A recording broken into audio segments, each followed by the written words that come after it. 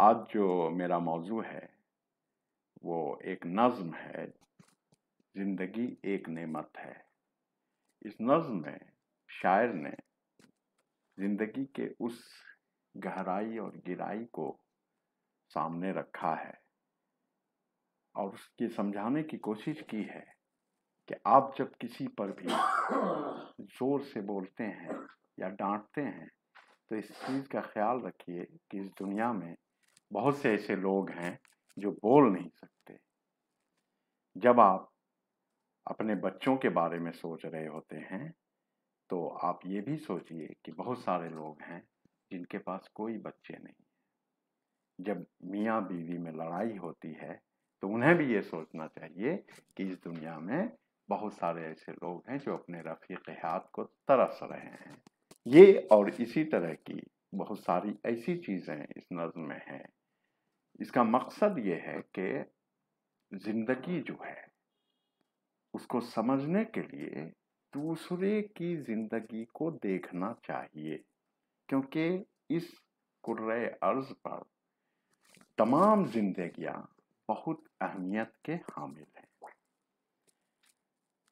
اس نظم سے جو بات سمجھ میں آتی ہے وہ یہی ہے، سب سے پہلے تو اس کا جو عنوان ہے کہ زندگی ایک نعمت ہے، تو جو آج تک پوری زندگی لوگ نہیں سمجھ پاتے ہیں وہ یہی کہ آخر یہ زندگی ہے کیا، اور اس سوال کا جواب کسی کو آج تک ملا نہیں ہے۔ لیکن زندگی ایک تحفہ تو ہے، اگر نہیں ہوتی تو حضرت آدم علیہ السلام کے سامنے سارے فرشتوں کو سجدہ نہیں کرایا جاتا۔ ہندو میتھولوجی میں بھی لاکھوں یونی سے گزرتے ہوئے منشیہ کی اتپتی ہوتی ہے۔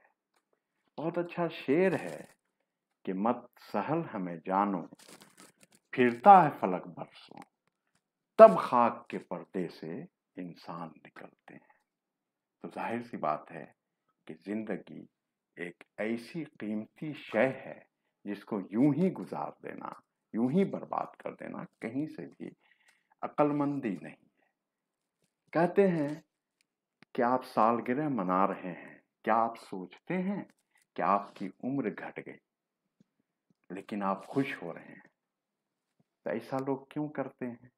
وہ اس لیے کہ جب ہم سالگرہ مناتے ہیں تو ہم اس خوشی میں مناتے ہیں کہ ہم نے موت کو ایک قدم آگے کر دیا۔ اب جب بات موت کی آئی تو پھر زندگی کی کیا اہمیت، کیونکہ زندگی کو جب تک ہم سمجھتے ہیں زندگی ختم ہو جاتی ہے۔ اگر بہت ایک لفظ میں کہا جائے تو زندگی سسکی سے شروع ہوتی ہے اور ہچکی پر ختم ہو جاتی ہے۔ زندگی بہت ہلکی پھلکی ہوتی، بہت ہلکی پھلکی، لیکن خواہشات کا دباؤ اسے بہت بھاری کر دیتا ہے، اور وہی خواہشات اس نظم میں پیش کیا گیا ہے۔ زندگی ایک پرپیچ کہانی ہے جو بظاہر دشوار راستوں سے گزرتی اپنے اختتام کو پہنچتی ہے۔ اس کا آغاز انسانیت کی منشا سے نہ لکھا جاتا ہے اور نہ ہی اختتام اس کی مرضی سے ہوتا ہے۔ کتنی اچھی بات کہے ابراہیم ذوق نے کہ لائی حیات آئے، قضا لے چلی چلے، اپنی خوشی نہ آئے نہ اپنی خوشی چلے۔ تو زندگی پر آپ کا کنٹرول کہیں پر سے نہیں ہے۔ آپ کو زندگی کب دغا دے جائے گی یہ آپ کبھی بھی پتا نہیں چلا سکتے۔ اس لیے زندگی کی اہمیت ہے کہ آپ اس زندگی میں دوسروں کی زندگی کو متاثر کیجیے، تبھی زندگی آپ کی جو زندگی ہے وہ اس کی جیت ہوگی۔